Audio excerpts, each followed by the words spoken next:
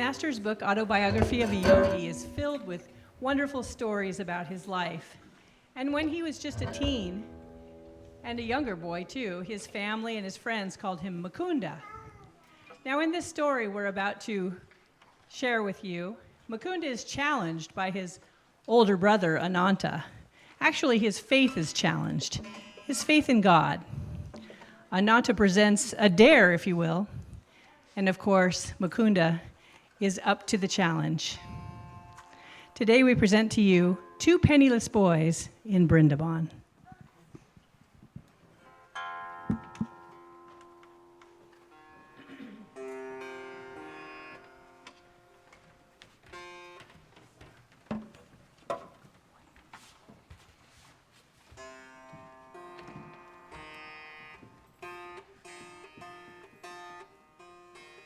Serve you right if Father disinherited you, Mukunda. How foolishly you were throwing away your life. You well know, Ananta, I seek my inheritance from the Heavenly Father. Money first, God can come later. Who knows? Life may be too long. God first, money is his slave. Who can tell? Life may be too short. Wisdom from the hermitage, I suppose, but I see you have left Benares? My sojourn in Benares was not in vain. I found there everything my heart had been longing for. And you are certain that it is not your pundit or his son, those whom you had arranged for me to meet. I was not dissuaded from my life as a renunciate, and we both soon found out what ignoramuses they were.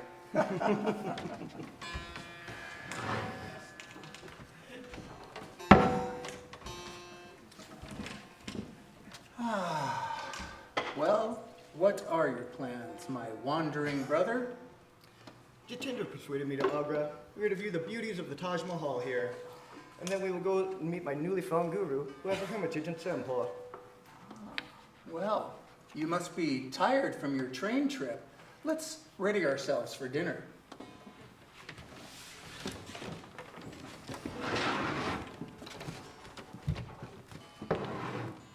I know that look.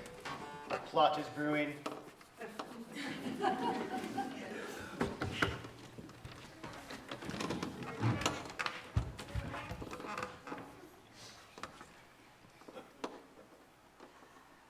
So you feel quite independent of Father's wealth? I am conscious of my dependence on God. Words are cheap. Life has shielded you thus far. What a plight if you were suddenly forced to look to the invisible hand for food and shelter. You would soon be begging on the streets. Never. I would not put my faith in passers-by rather than God. He can devise for his devotees 1,000 resources besides the begging bowl. More rhetoric. Suppose I suggest that we put your vaunted philosophy to a test in this tangible world. I would agree. You confine God to a speculative world? We shall see. Today you shall have opportunity either to enlarge or to confirm my own views.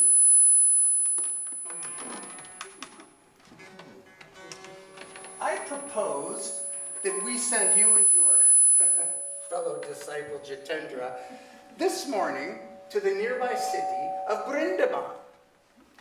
You must not take a single rupee. You must not beg either for food or for money. You must not reveal your predicament to anyone. You must not go without your meals. And you must not be stranded in Brindaban. If you return to my bungalow here before 12 o'clock tonight, I shall be the most astonished man in Agra. I accept the challenge. My philosophy, as you call it, is equal to any tussle of this world's harsh proving grounds. Your willingness does you credit. I'll escort you to the train at once.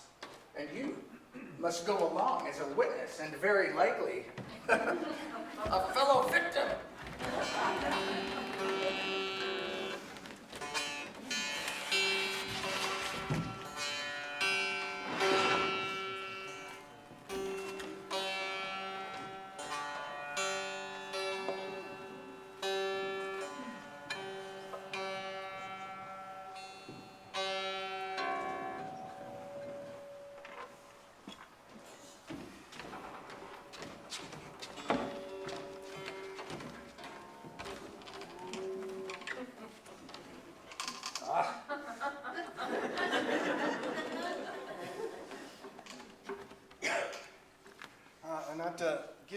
1 or 2 rupees as a safeguard. Then I can telegraph you in case of any misfortune. Jitendra, I will not proceed with a test if you take any money as final security. There is something reassuring about the clink of coins. Mukunda, I am not heartless. If by any chance or grace you pass successfully through the Brindaban ordeal, I shall ask you to initiate me as your disciple.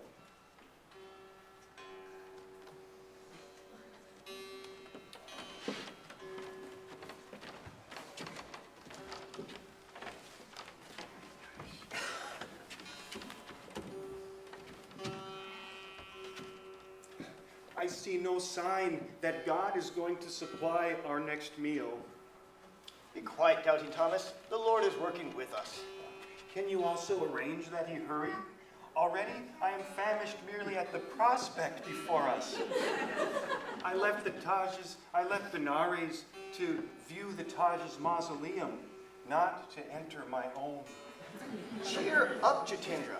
Are we not to have our first glimpses of the wonders of Brindaban? I am in deep joy at the thought of treading the ground hallowed by the feet of Lord Krishna.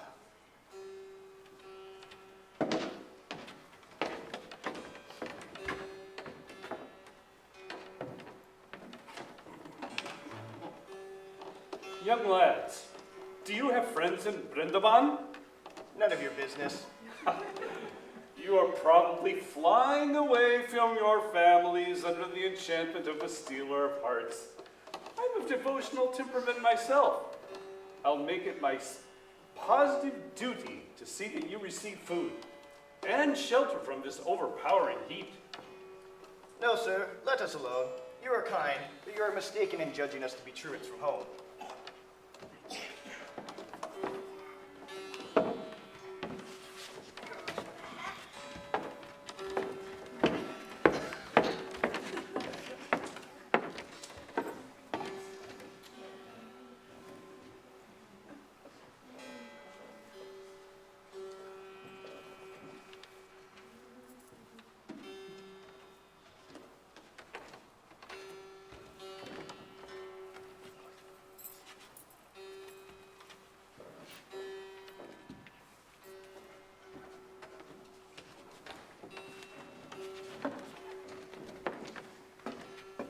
Yogi, Mom, the princes could not come.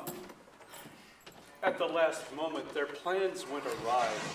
They send deep regrets. But I've brought 2 other guests. As soon as we met on the train, I felt drawn to them as devotees of Lord Krishna. Goodbye, young friends. We shall meet again, if God be willing.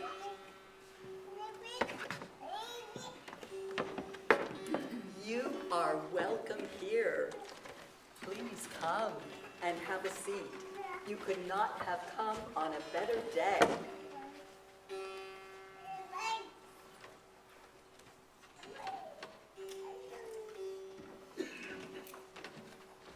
Lunch is served.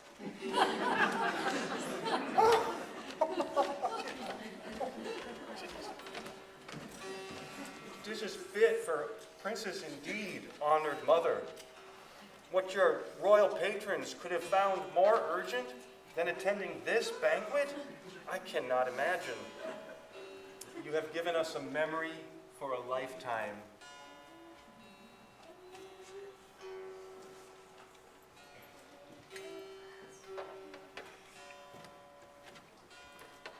We must be on our way. Thank you once again for the sumptuous repast. You are welcome. Please return when you can to this hermitage. May Krishna bless you.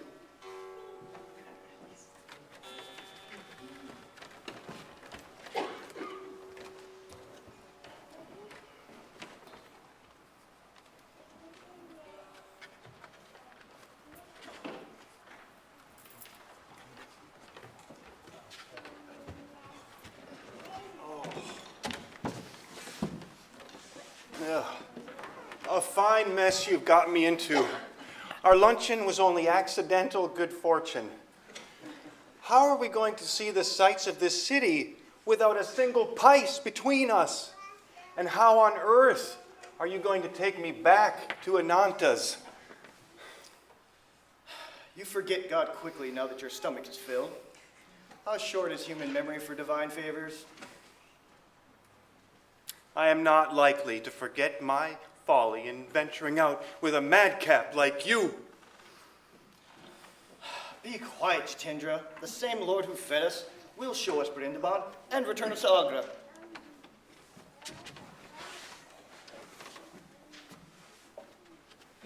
Dear friend, you and your companion must be strangers here. Permit me to be your host and guide. No, my young friend, that is not necessary. Surely you are not banishing me. Why not? You are my guru. During my midday devotions, the blessed Lord Krishna came to me in a vision. He showed me two forsaken figures under this very tree. One face was yours, Master. Often have I seen it in meditation. What joy if you accept my humble services. I too am glad that you have found me. Neither God nor man has forsaken us. Dear friends, will you not honor my home for a visit? You are kind, but your plan is unfeasible. We are already to be guests of my brother in Agra. Well, at least give me memories of touring Brindaban with you.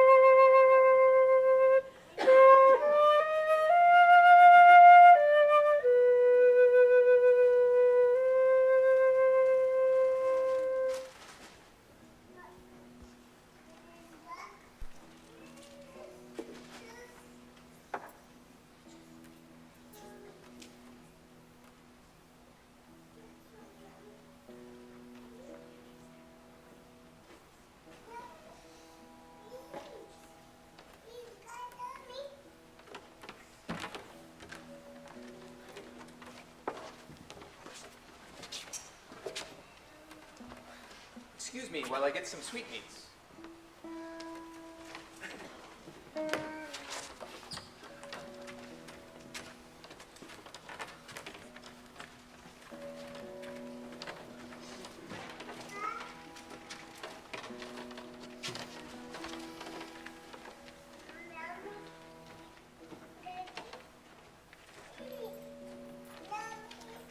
Please allow me to gain this religious merit.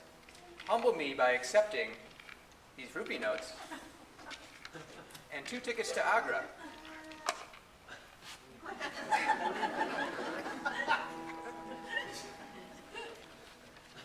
I will instruct you in the Kriya of Lahiri Mahashaya, the greatest yogi of modern times. His technique shall be your guru.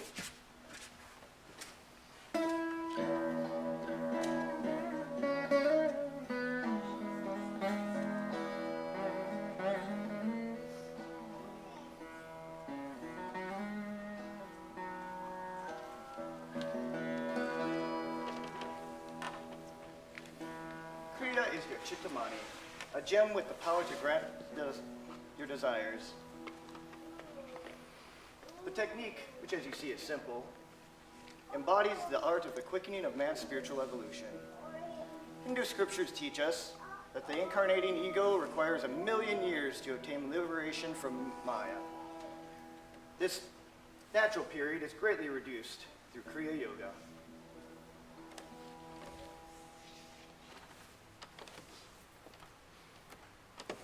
Be faithful in your practice, and you will approach the guru of all gurus. I am transported to find this yogic key, long sought. Its unshackling effects on my sensory bonds will free me for higher spheres. The vision today of the Blessed Lord Krishna can only mean my highest good. How shallow my trust. My heart has been stone. Never in future shall I doubt God's protection.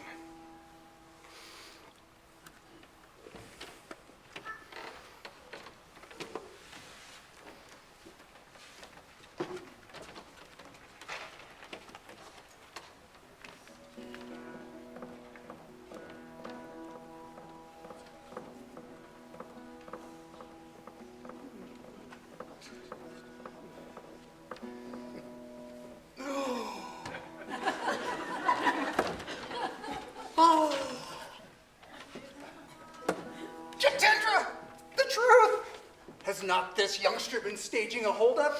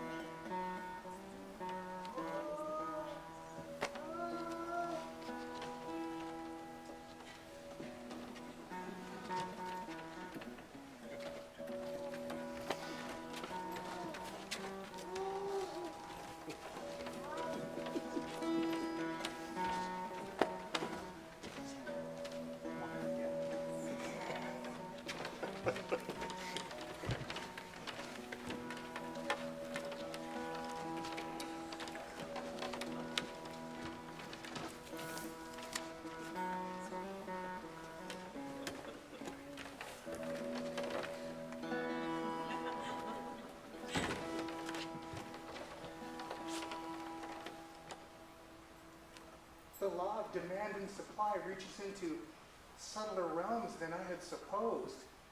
I understand for the first time your indifference to the vaults and vulgar accumulations of this world. Late as it is, my dear brother, my dear guru, would you honor me with Diksha, my own spiritual initiation?